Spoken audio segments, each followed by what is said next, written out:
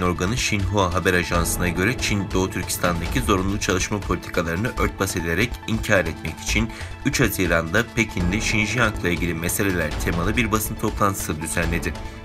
Toplantıda Çin'in etkisi ve baskısı altında olan Aksu Pamuk Tekstil Fabrikası çalışanı Akbar Turgun'un da kendi deneyimlerini anlatmak adına zoraki ifade verdiği görüldü. Akbar Turgun ifadesinde Xinjiang'da zorla çalışma yok ve eşimle ikimiz 8.000 Çin yuanı kazanıyoruz.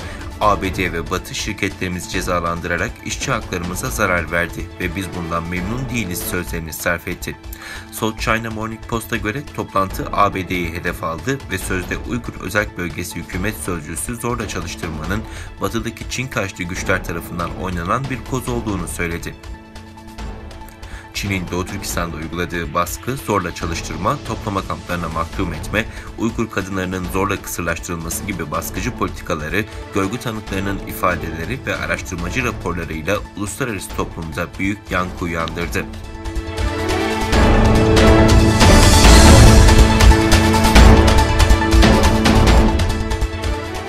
Alman medyası 7 büyük sanayileşmiş ülkenin gelecek haftaki zirvede Çin'in bir kuşak bir yol girişimine karşı küresel bir altyapı girişimi ortaya koyacağını bildirdi. İngiltere'nin ev sahipliğinde 11-13 Haziran tarihlerinde yapılacak zirveye G7 üyeleri Kanada, İngiltere, Fransa, Almanya, İtalya, Japonya ve ABD hükümet ve devlet başkanları katılacak.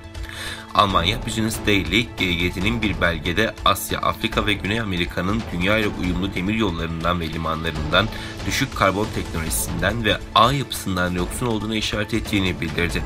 Belgede ancak geçmiş deneyimler, kredi koşullarının belirsiz olduğunu, teminat hazırlıklarının yetersiz olduğunu, artan ulusal borçların ve kredi alan ülke halkının çıkarlarının ihlal edildiğini göstermektedir ifadeleri yer alıyor. Habere göre G7, gelişmekte olan ülkelerde büyük ölçekli inşaat projelerini teşvik etmek için küresel bir altyapı inşaat girişimi önermeyi ve böylece Çin'in tek kuşak tek yol girişiminin yerini almayı umuyor. Alman basında çıkan haberler bu planı kuşak ve yol girişiminin batı versiyonu olarak nitelendirdi.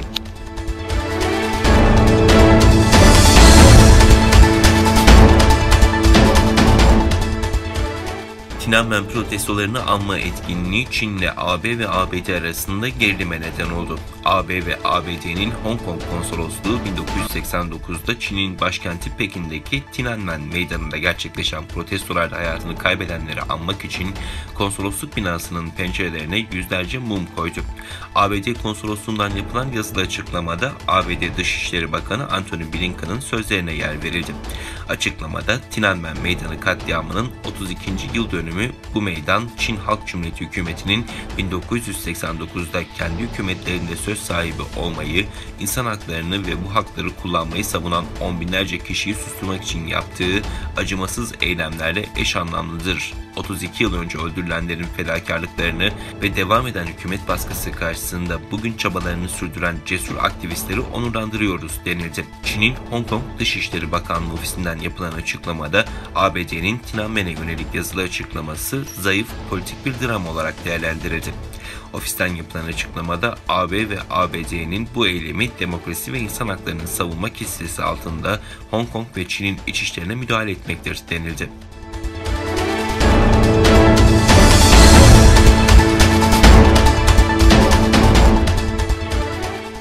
Çin denizinde Çin ile Japonya arasındaki egemenliği tartışmalı adalarla ilgili gerilim yeniden yükseldi. İki ülkenin gemileri bölgede devreye geziyor.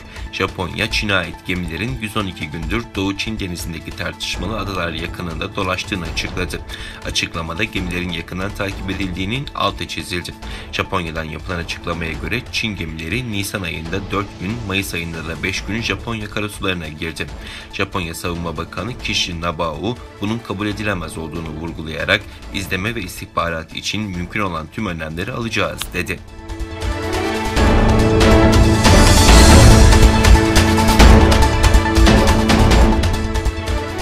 Çin'in Çin'in Anhui eyaletinde meydana gelen bıçaklı saldırı sonucu 5 kişi öldü, 15 kişi yaralandı.